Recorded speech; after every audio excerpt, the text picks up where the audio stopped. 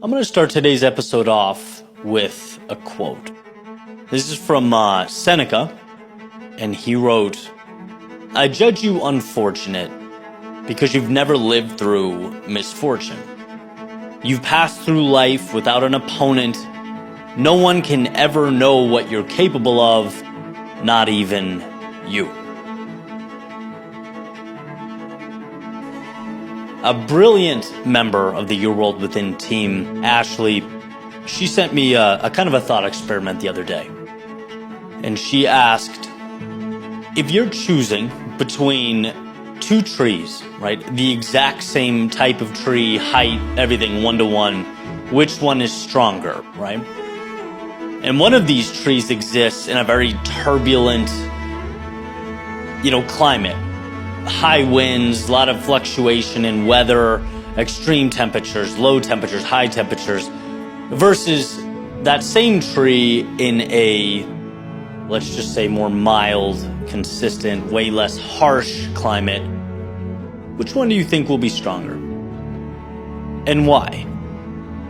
The answer is, well, one, obviously acclimated and adjusted over time. It became tougher and stronger, more adaptable and resilient in the face of turbulence. It's proven itself because it exists where it exists, right? It had to evolve. Couldn't survive otherwise. Had to learn to endure.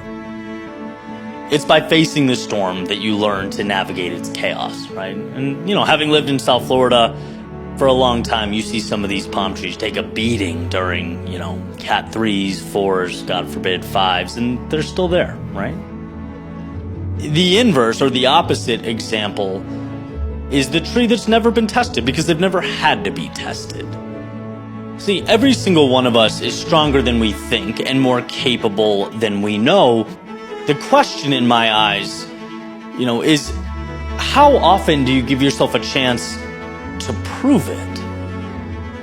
How often do you nod your head and kick open the door, trusting that you can take on what's on the other side? We have to be tested in order to evolve. Just like those of you familiar with weightlifting at the gym, building muscle is breaking down old muscle, and then it builds itself back up. A little bit, fractionally stronger than it was before you broke it down, right? Rinse, repeat, rinse, repeat. I think a lot of people don't realize that growth is just a lagging indicator, right? It's the product of your strength and your willingness to attack something new in the first place. And sometimes, by the way, life gives you no choice. It throws the kitchen sink at you. But, and this is the fun part, when you fall in love with that process, when the gratification of progress pulls you in, life becomes an opportunity, a gift, a game, a chance to step into an evolved version of yourself. We do what hurts now so that it doesn't hurt tomorrow, so that the doubt becomes armor, right? We attack things that seem bigger than us today so that those ceilings become floors tomorrow. Stop signs become stepping stones. And this is, not merely a collection of cliches. This is a very real reminder. The further you're willing to go, the more life will give. The harder you're willing to push, the more opportunities are going to present themselves to you. Comfort isn't the enemy because of what it is. Right? Comfort is the enemy because of what it is not.